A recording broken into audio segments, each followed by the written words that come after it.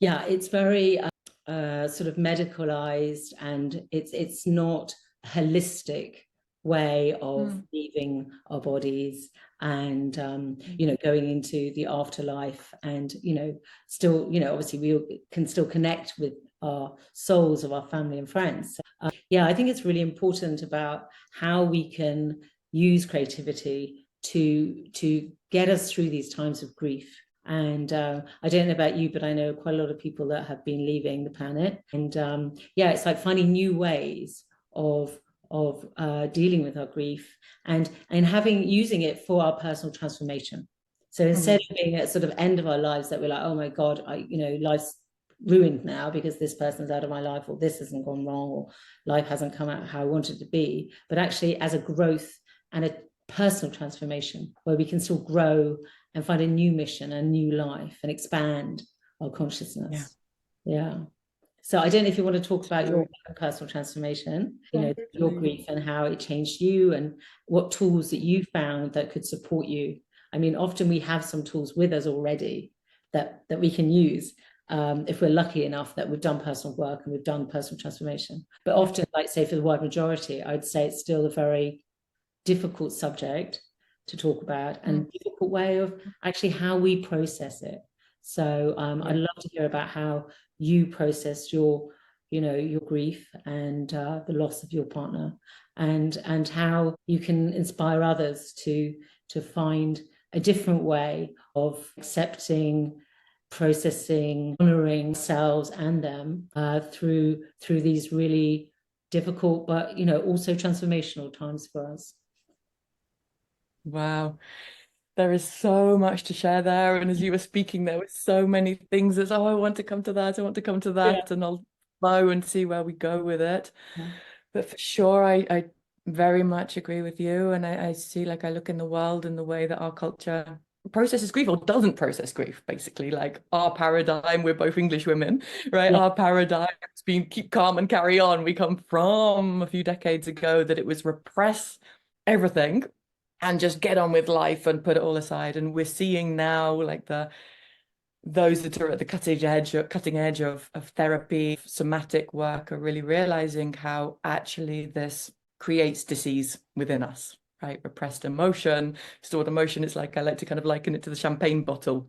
But the more bubbles, like if you liken the bubbles to the emotions and the grief and the rage and all these things that we don't allow ourselves to express, it's like this, and we have this bottleneck, and we create this bottleneck either in our throats or in our jaws or in our tongues or in our breath, which mean that we stop breathing, or we contract in the throat, and the physical body actually shuts down to create this contraction to keep the emotion and that energy within, because emotion is just energy that just wants to flow. And so this is the crux of it, really, is that our culture has come from a place of not allowing it to flow.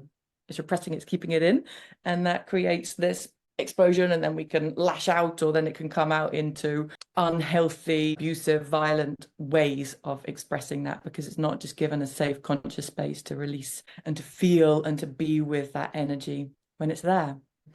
And then we're kind of in a way going into another paradigm now where it's like, I'm an individual and I can do what I want, and I'm angry, so I can be angry at you, and I can, I have my right, I have my individuality.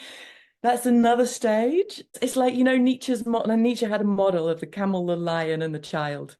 And like the camel is the beast of burden that carries the weight of others, or that is in that repression, it's in the shutdown of the emotion.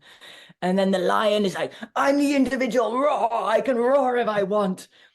And then the next stage of evolution is that we come into the place of innocence of the child, of just naturally feeling our feelings when they arise, processing them in a healthy way, being with them, and responding in the moment in a way that's healthy, beneficial for ourselves and for the others. But at the same time, it's not repressing anything.